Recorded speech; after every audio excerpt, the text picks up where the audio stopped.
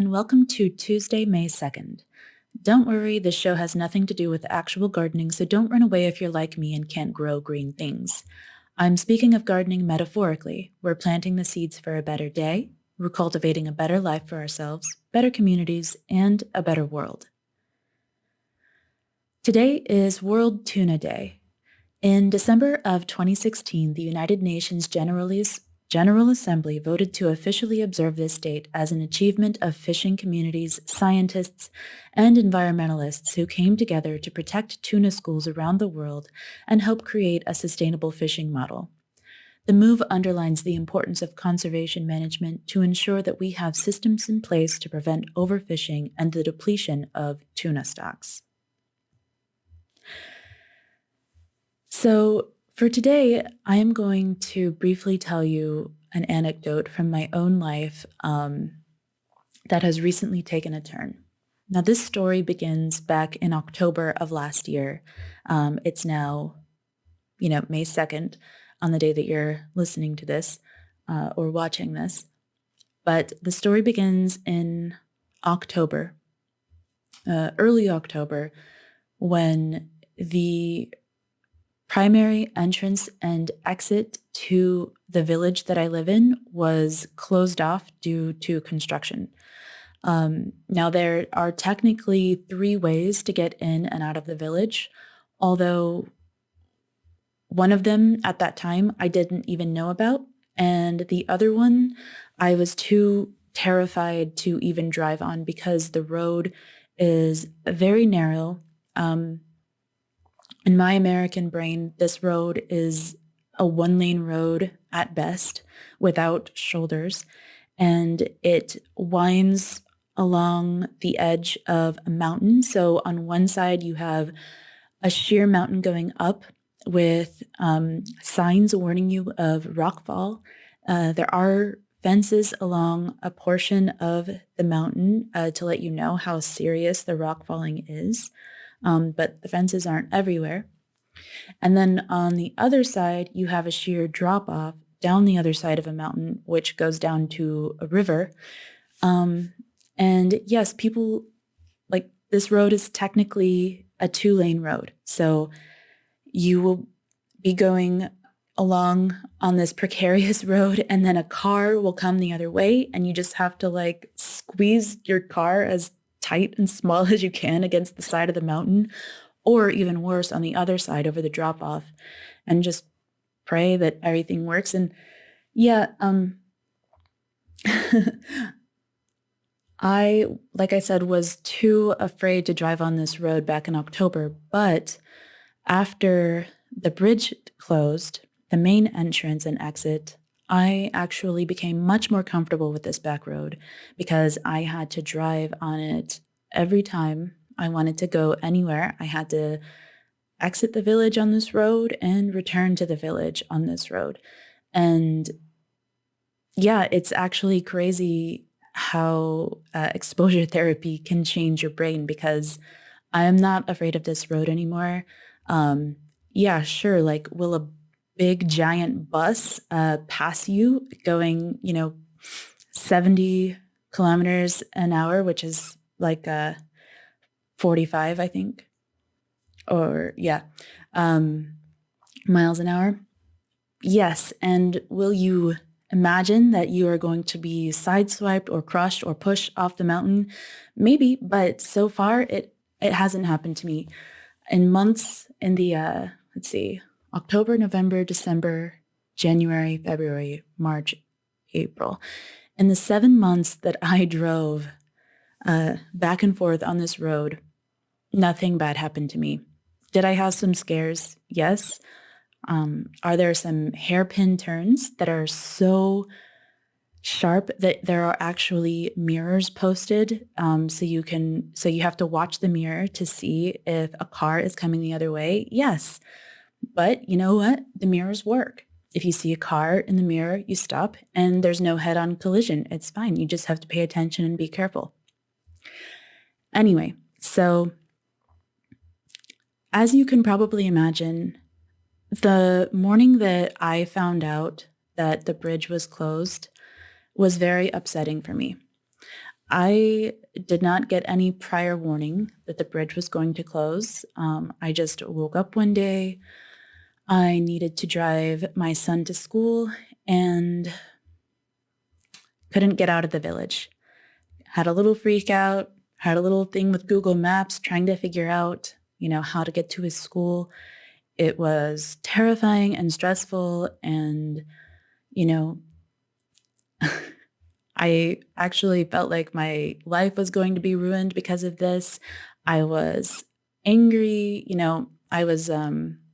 I reached out to my landlord and I said, like, hey, can you please, put me in contact with someone who can keep me updated so that I can know when this construction is going to end so that I can, be a free person again and move in and out of my village at will without having to worry about crashing my car or, falling off a mountain while I'm driving.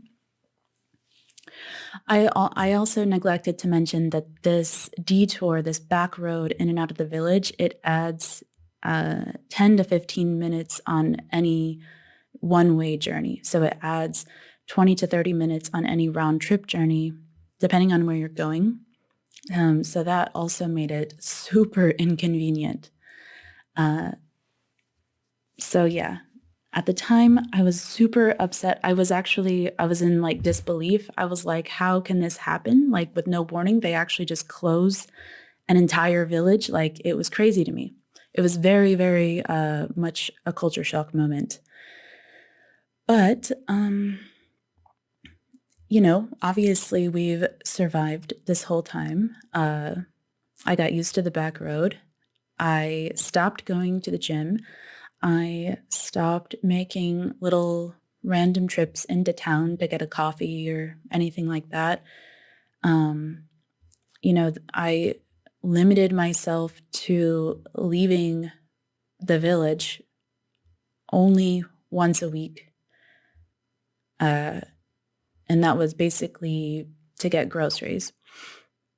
And, if I wanted to get dinner, like go to a restaurant, I would just try and order from the very limited options that I have. Or I would, time it around going to town to get groceries. In a way, this bridge closure really pushed me into hibernation. I work from home. So in the past, it has been important to me to find reasons to get out of the house.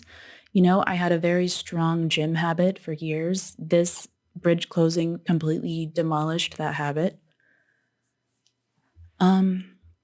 And I sort of became, like a recluse or like a hibernating bear in her cave. And at first, the construction was only supposed to last 1 month, believe it or not. And so, I was still in that mindset of like, okay, I'm only going to, stop going to the gym for 1 month. And then as soon as it opens back up, I will go back to my normal routine.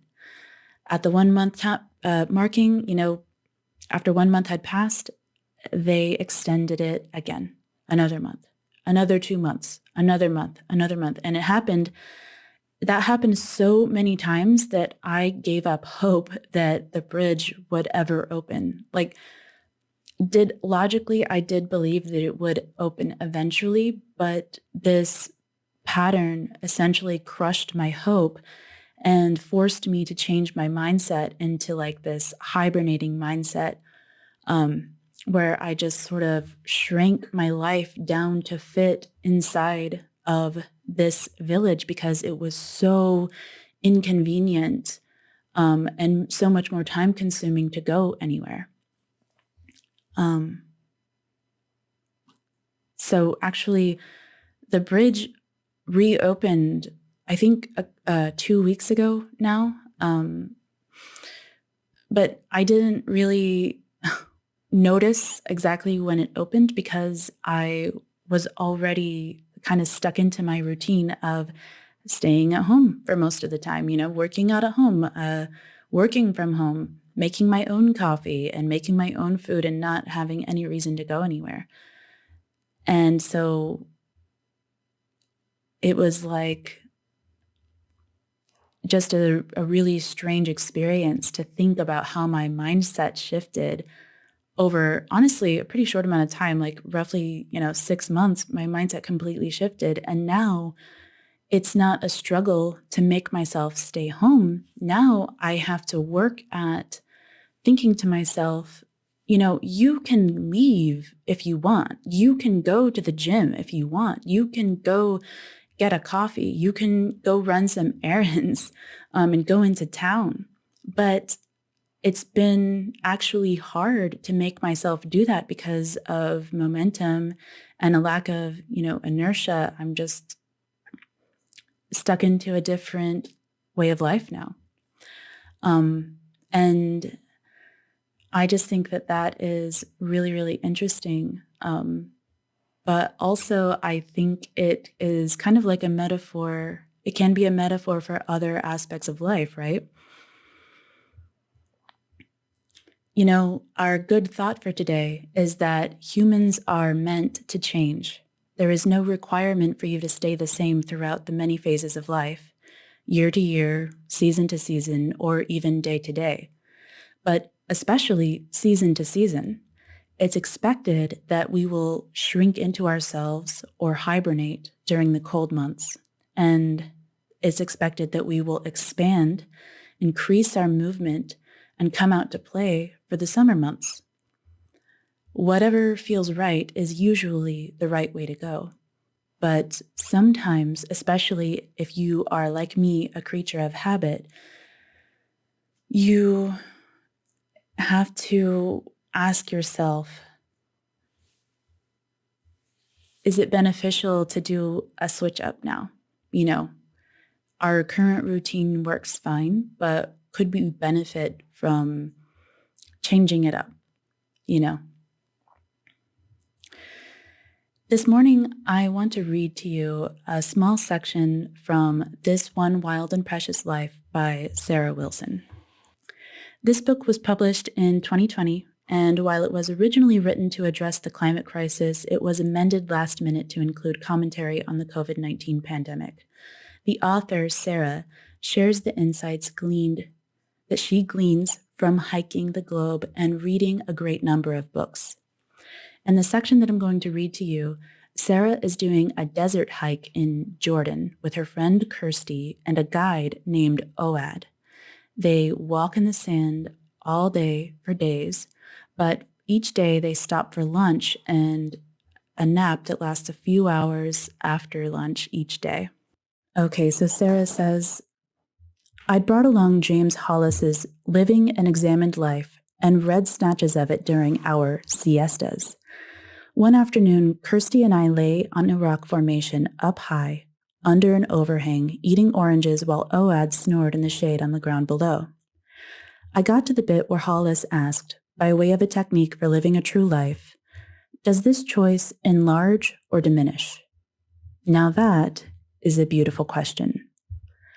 Hollis added that in most circumstances, when we ask this question, we should know the answer immediately.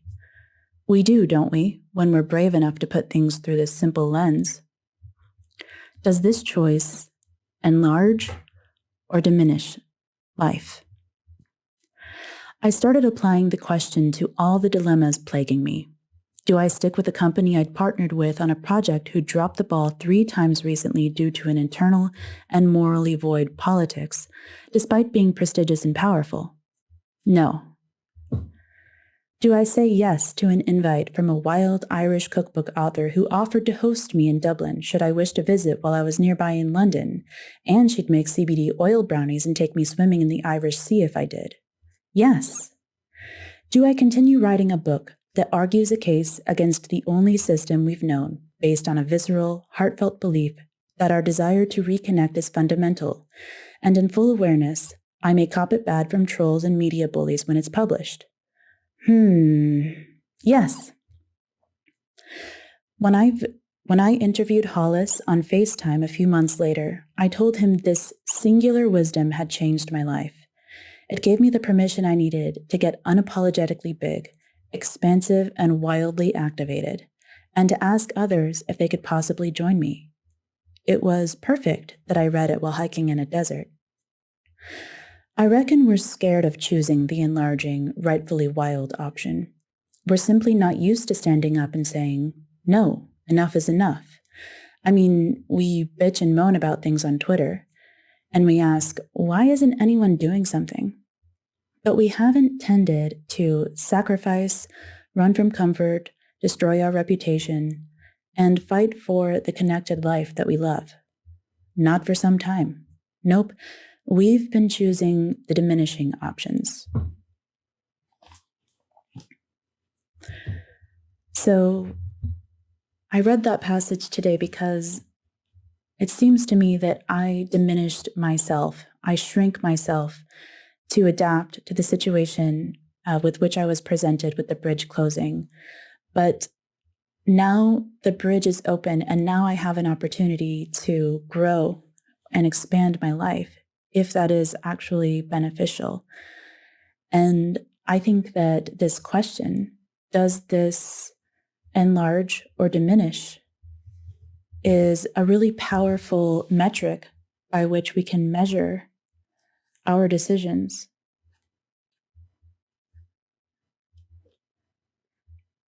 Yes, does this choice enlarge or diminish? I wanted to make sure that I said that right.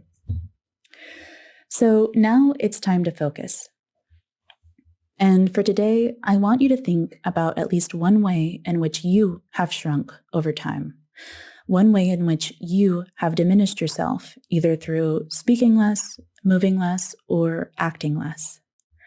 And I want you to ask yourself, if this shrinking has had a net positive or a net negative impact on your life. Then just observe the answer without judgment.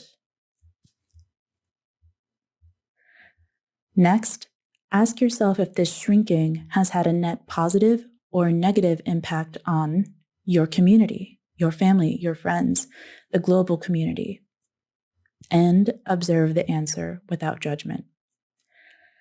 It's totally fine if the answers to these questions were at odds with each other. And please remember that there is not necessarily a need to jump into action or immediately change unless you feel compelled to do so. I hope you have a wonderful day, and I will speak with you again tomorrow.